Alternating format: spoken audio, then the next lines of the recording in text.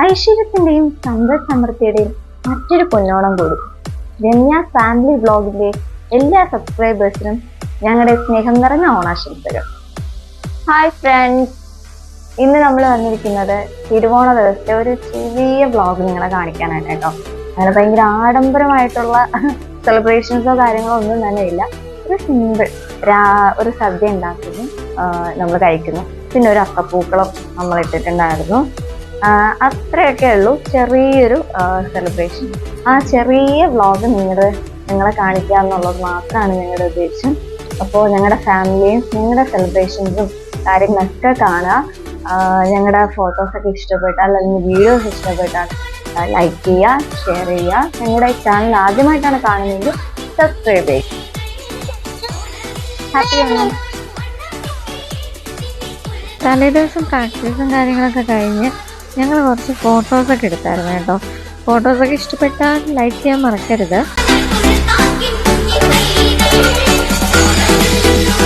പിന്നെ ഈവനിങ് ഒക്കെ ആയപ്പോഴത്തേക്കും ഞങ്ങൾ കാഞ്ഞിരംകുളത്തോട്ട് ഇറങ്ങി. ഭയങ്കര തിരക്കായിരുന്നു കേട്ടോ, ഒരു രക്ഷയില്ലാത്ത തിരക്കായിരുന്നു പൂവാങ്ങാനായിട്ട്.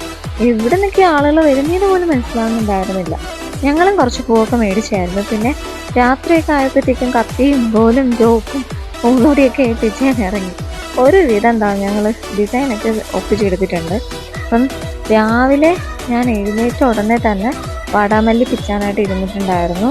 കാരണം വാടാമല്ലി ഭയങ്കര പാടായിരുന്നു. എല്ലാവരും വാടാമല്ലി തന്നെ കേട്ടോ പിച്ചത് ആദ്യം.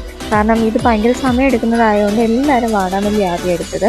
പിന്നെ ഹെലി ബേബി ഞങ്ങളെ ഹെൽപ്പ് ചെയ്യുന്നുണ്ടായിരുന്നു നല്ല രീതിയിൽ. അങ്ങനെ ഞങ്ങൾ ഒരുവിധം എല്ലാം പിച്ച് തീർത്ത് നമ്മുടെ പൂക്കളം ഇട്ടു തുടങ്ങി. ഫസ്റ്റ് നമ്മൾ സെൻറ്ററിൽ കുറച്ച് വാടാമല്ലി തന്നെയായിരുന്നു വെക്കാനുണ്ടായിരുന്നത്. അതുകൊണ്ടാണ് ഞങ്ങൾ വാടാമല്ലി തന്നെ സ്റ്റാർട്ട് ചെയ്തത്. പിന്നെ അങ്ങനെ ഒരുവിധം നമ്മൾ അത്തപ്പൂക്കളം ഓക്കെ ആക്കിയിട്ടുണ്ട്.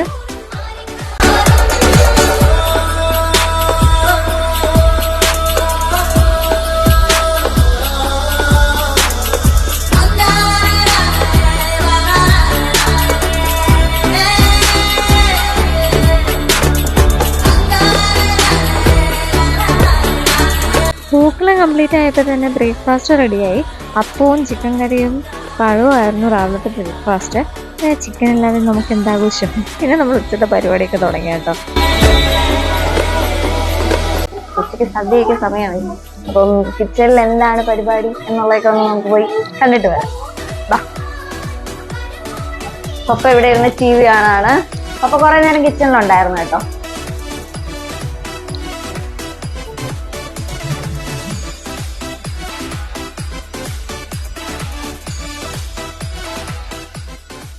ഹായ് മമ്മ.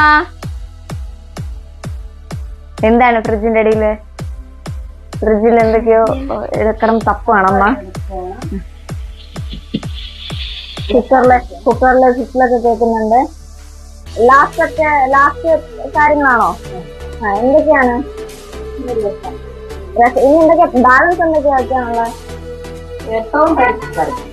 അതോടെ അമ്മ ഫിനിഷ് ആയി. നമുക്ക് സദ്യ കഴിക്കാം സമയം. അപ്പൊ ഇനി രസവും പരിപ്പ് കറിയും കൂടെ വെച്ച് കഴിഞ്ഞാൽ നമ്മുടെ സദ്യ ഓക്കെ ആയി. സദ്യ കഴിക്കാം.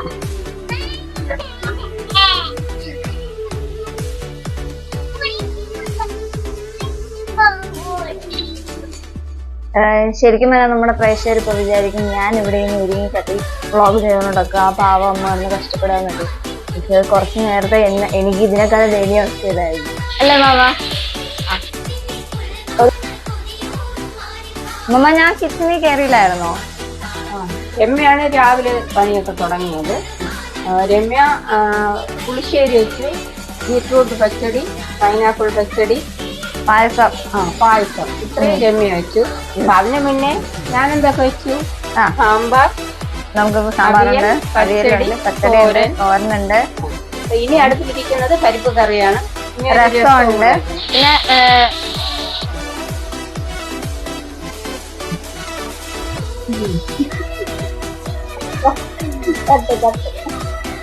സാലഡ് നമ്മൾ ഇനി വെക്കാൻ പോകുന്നേ ഉള്ളൂ. സാലഡ് കൂടെ ഉള്ളു, വേറെ ഒന്നും ഇല്ലല്ലോ മമ്മ. ബാക്കിയെല്ലാം സെറ്റാ.